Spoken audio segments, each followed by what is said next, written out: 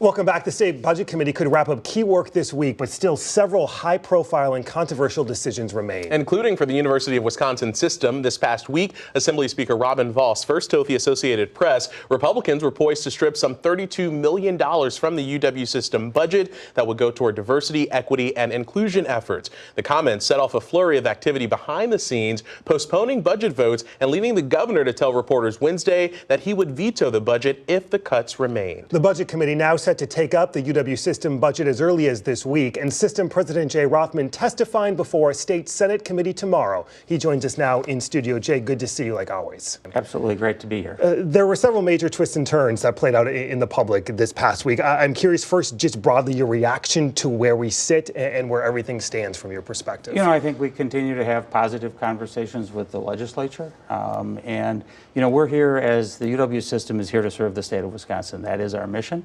And we have a significant war for talent going on in the state. We're not educating enough engineers and nurses and teachers and data scientists and accountants, and that list goes on and on. And, you know, we need to do that to ensure Wisconsin's long-term economic viability.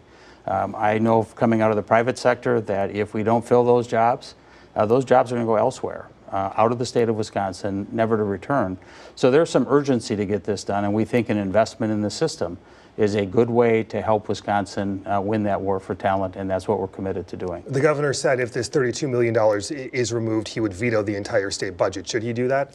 I think that's a decision that the governor has to make. We certainly I appreciate the governor's support, but we're focused on our mission, and our mission is help the Wisconsin win the war for talent, to make sure that we're educating and we're increasing the number of graduates. We set out as a goal in our strategic plan to increase the number of graduates by 10%.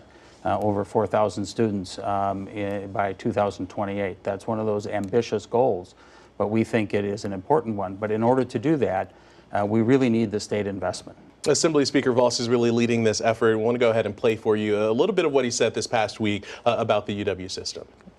And we use taxpayer dollars, which, as they tell me, we don't have enough people to be in engineering. We don't have enough folks who are teaching an awful lot of careers, but boy, are they able to find millions of dollars to put money into a curriculum and to an ideology, because that's really what DEI is. For people on the left, it's become their new religion. They no longer go to church on Sunday, but boy, are they trying to make sure that everybody is evangelized to on campus. We gave them more than enough time to say, let's redouble our efforts to take the money which is going into promoting your new religion and saying, let's promote economic development and careers that we know we need and filling jobs that should be taught to kids in Wisconsin. They've kind of ignored that.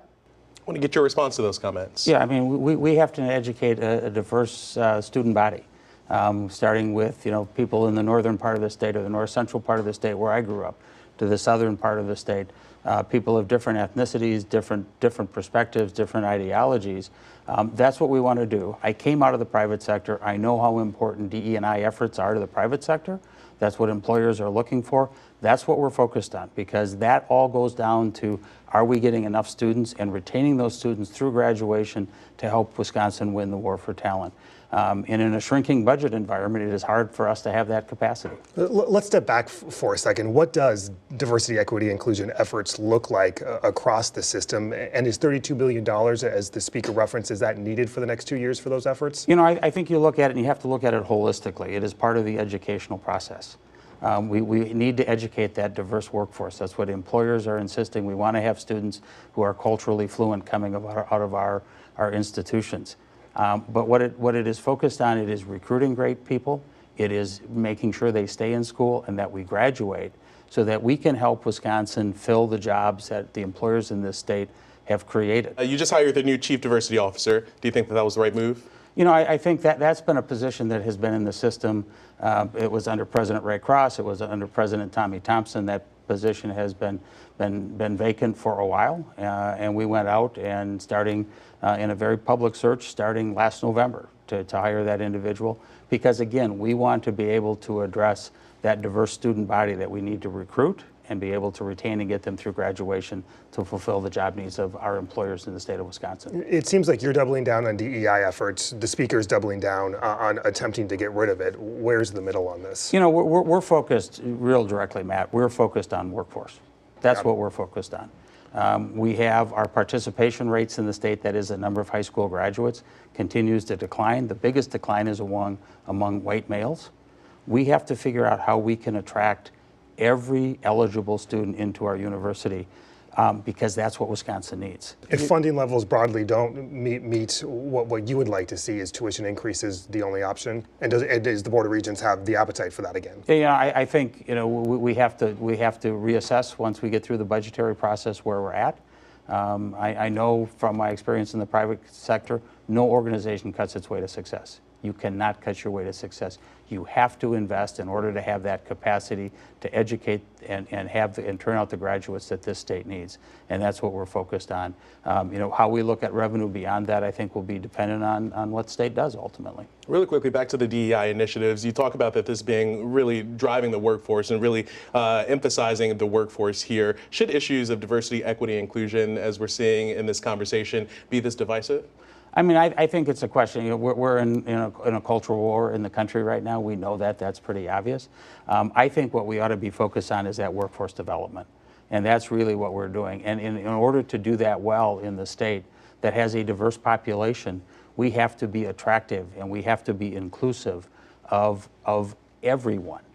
And that's historically underrepresented groups, that's veterans, that's disabled students, that's first-generation students, that's people of different ideologies, political or otherwise, that's different religions. We have to create that inclusive environment so that we can recruit them, so that they can feel that they belong in our universities, so that they stay and they graduate. Because at the end of the day, that's what's important to our state. An incredibly few busy days ahead. University of Wisconsin System President Jay Rothman. Jay, thank you for your time and perspective. My pleasure. Thank you for your time. Up next, late nights at the Capitol. The sweeping bipartisan agreement headed to the governor, coming up the mixed votes, the controversy, and the new reaction.